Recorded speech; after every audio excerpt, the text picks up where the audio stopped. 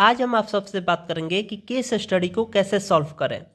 सबसे पहला बात कि केस स्टडी का नंबर फिक्स नहीं रहता है। कभी ये 8 मार्क्स का पूछता है, कभी 10 मार्क्स का पूछ लेता है, तो इसका नंबर फिक्स नहीं रहता है। वो डिपेंड करता है कि पैराग्राफ कितना बड़ा है और उस पैराग्राफ से कितना क्वेश्चन क्रिएट किया गया है। अच्छा, दूसरी बात कि इस बार जो आपके सिलेबस में टॉपिक दिए गए हैं वो 3 टॉपिक दिए गए हैं, फैक्टर ऑफ प्रोडक्शन, बैंकिंग और इन्फ्लेशन। ये 3 टॉपिक में से किसी एक टॉपिक से आपको केस स्टडी पूछा जाएगा। केस स्टडी के लिए आपके सिलेबस में आपके सिलेबस में 3 टॉपिक दिया गया है। पहला फैक्टर ऑफ प्रोडक्शन, ये शायद आपका चैप्टर 5 है, बैंकिंग और इन्फ्लेशन। ये 3 टॉपिक में से किसी एक टॉपिक पर आपको केस स्टडी इस बार मिलेगा। ये जो हम एग्जाम्पल लिए हैं वो इन्फ्लेशन टॉपिक पर लिए हैं, इन्फ्लेशन टॉपिक से, ठीक है। अच्छा, दूसरी जो सबसे बड़ा दिमाग में ये समस्या, ये प्रॉब्लम, ये कन्फ्यूजन उठता है कि क्या इंग्लिश लैंग्वेज में जैसे कॉम्प्रीहेंशन को पढ़कर आंसर लिखते हैं उसी तरह इस पैराग्राफ को पढ़कर इसका आंसर लिखेंगे। देखिए, आंसर 50-50 है।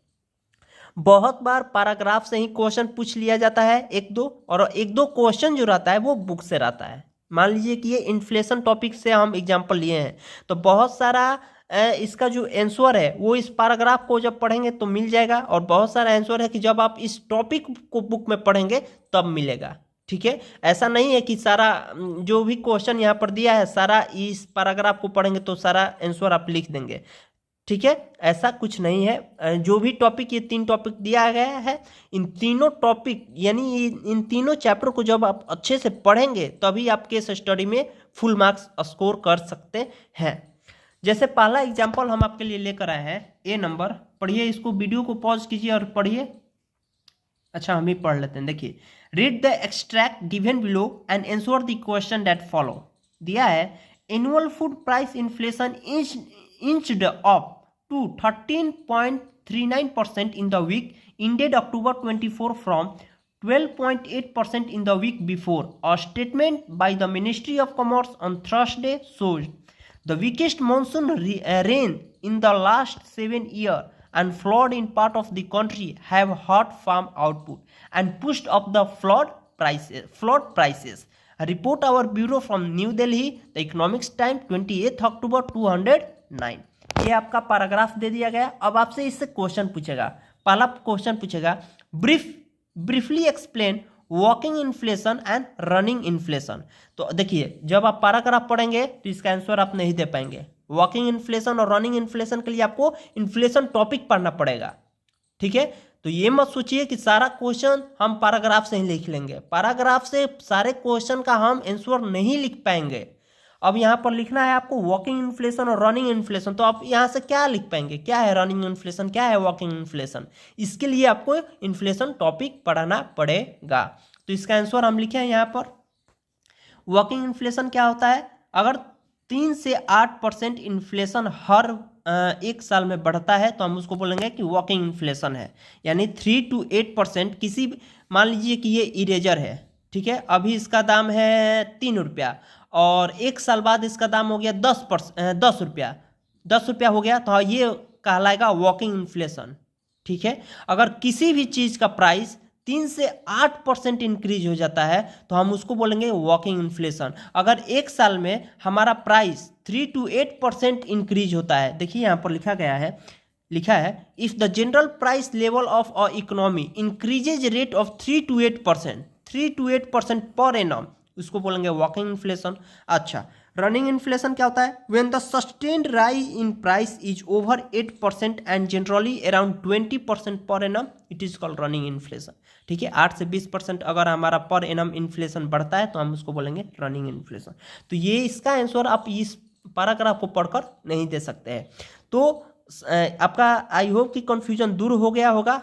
ये जो 3 टॉपिक दिया गया है, factor of production, banking, inflation, ये तीनों टॉपिक को आपको अच्छे से पढ़ना है ताकि इससे जो क्वेश्चन आंसर आएगा उसको भी आप सॉल्व कर लेंगे और इससे जो केस स्टडी आएगा उसको भी सॉल्व कर लेंगे। अच्छा, दूसरा जो क्वेश्चन है, give 2 reason for soaring food price. Soaring means बढ़ना। फूड प्राइस क्यों बढ़ गया, 2 रीजन बताइए। तो ये देखिए यहाँ, ये आप यहाँ पैराग्राफ से लिख सकते हैं। The weakest monsoon rain in the last 7 year and flood in part of the country have hurt farm output. ठीक है, ये आप पैराग्राफ से लिखेंगे। ठीक है, बुक में आपसे ये थोड़ी ना दिया है give 2 reason for soaring food price, ये आपको पैराग्राफ से लिखना है। तो 2 रीजन क्या लिखेंगे, 2 reason for soaring food price are, अरे यार नेल बड़ा है, the weakest monsoon rain in the last 7 year and floods in part of the country have hurt the farm output. समझ में आ रहा है कैसे सॉल्व करना है। बहुत सारे जो क्वेश्चन है उसका आंसर आपको बुक पढ़ने पर, टॉपिक पढ़ने पर आएगा, और बहुत सारे आप डायरेक्ट पैराग्राफ से लिख सकते हैं। Third, suggest 2 major to combat inflation. Inflation को हम कैसे कंट्रोल कर सकते हैं, तो बुक में ये आपका बहुत सारे उपाय दिया है, बहुत सारे तरीका दिया है। आप वहाँ बुक से 2 मेजर्स कोई भी उठाकर लिख सकते हैं। पहला, increasing growth rate of agriculture and industrial output, और सेकेंड, कंट्रोल मनी सप्लाई। इसको डिफाइन कर लेंगे।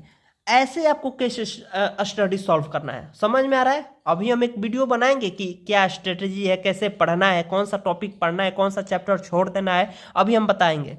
ठीक है, इसके बाद हम वो वीडियो बनाएंगे कि 2-3 दिनों में कैसे इकोनॉमिक एप्लीकेशन को कवर किया जाए। अगर आप 50%, 40-30% भी आपका सिलेबस कंप्लीट हुआ है तो कौन कौन सा इंपॉर्टेंट टॉपिक है जिसको आपको पढ़ना बहुत जरूरी है, और कौन से टॉपिक आपको छोड़ देने हैं। ठीक है, समझ में आ गया कैसे पैराग्राफ को पढ़ना है। बहुत सारा क्वेश्चन पैराग्राफ से मिलेगा, बहुत सारा क्वेश्चन आपको उस टॉपिक को पढ़ने से मिलेगा।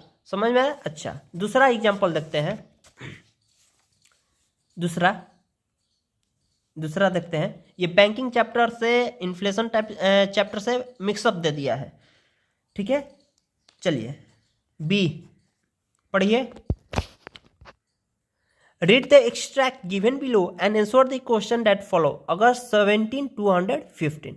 Mumbai bankers today said the sharp fall in inflation to 3.38% for July has raised the hope of another rate cut by RBI at September review of the policy. Obviously, if more and more positive news on inflation front comes, it's a reasonable acceptation to accept that rule will be out at the September policy, reported Mr. Aditya Puri, the managing director of HDFC Bank. He said the governor of RBI, Mr. Raghuram Rajan, has earlier said that RBI is actively looking at a rate cut. ये आपका paragraph दे दिया गया। अब आपसे इससे question पूछा जाएगा। 3 question इससे भी पूछा गया। पहला, name the policy implemented by RBI to control the regulate money supply. सभी लोग जानते हैं क्या है भैया, बताइए। मॉनेटरी पॉलिसी है। ठीक है, मनी सप्लाई कैसे हम करेंगे, अरे sorry, name the policy implemented by RBI to control हाँ, मनी सप्लाई को कैसे आरबीआई कंट्रोल करता है, मॉनेटरी पॉलिसी से। ठीक है, बैंकिंग चैप्टर पढ़े होंगे।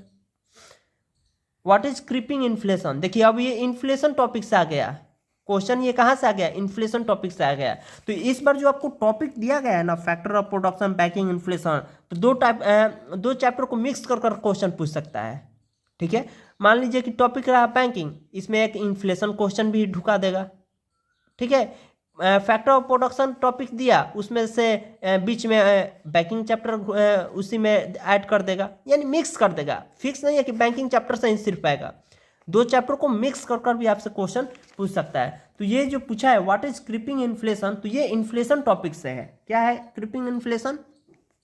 Creeping inflation occur when there is a sustained rise in price over time at the mild rate, say around 2 to 3% per year. It is also known as mild inflation.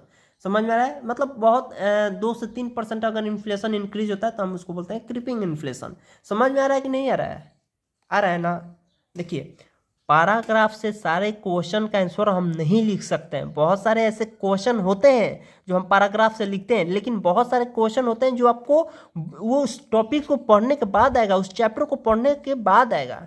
ठीक है, जैसे ये जो name the policy implemented by RBI to control and regulate money supply, इसको paragraph पढ़ेंगे तो नहीं पता चलेगा कि कौन सा पॉलिसी है। जब आप पढ़ेंगे बुक को, इस टॉपिक को, बैंकिंग चैप्टर पढ़ेंगे, तब आपको समझ में आएगा कि ओ आरबीआई कैसे मनी सप्लाई करता है, कौन सा पॉलिसी अप्लाई करता है, तो मॉनेटरी पॉलिसी अप्लाई करता है। क्रीपिंग इन्फ्लेशन, जब आप इन्फ्लेशन टॉपिक पढ़ेंगे तब आपको समझ में आएगा कि क्रीपिंग इन्फ्लेशन क्या होता है। ये पैराग्राफ पढ़ेंगे तो नहीं समझ में आएगा। तो मेरे कहने का ये मतलब है कि जो क्वेश्चन पूछा जाता है वो बहुत सारा ऐसा क्वेश्चन है जो डायरेक्ट पैराग्राफ से पूछ लिया जाता है। बहुत सारा क्वेश्चन है कि जो केस स्टडी दिया है जिस टॉपिक पर, उस टॉपिक को पढ़ने के बाद आप दे सकते हैं, उस चैप्टर को पढ़ने के बाद उसका आंसर लिखेंगे। ठीक है, जैसे थर्ड क्वेश्चन पूछा है, explain how the following measures are adopted by RBI to control inflation. पहला, change in cash reserve ratio और क्रेडिट रेशनिंग। सब बैंकिंग चैप्टर में ये सब हम आपको पढ़ाए हैं। ठीक है, आप पढ़े होंगे तो जानते होंगे। अभी अगर आप बैंकिंग अभी चैप्टर नहीं पढ़े हैं तो उसको एक बार जरूर देखिएगा।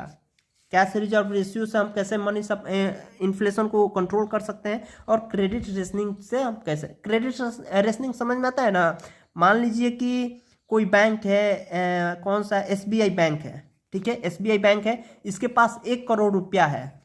क्या है? 1 करोड़ रुपया इसके पास डिपॉजिट है। ठीक है, एसबीआई एक बैंक है, एसबीआई कमर्शियल बैंक होता है, ये तो पता है ना।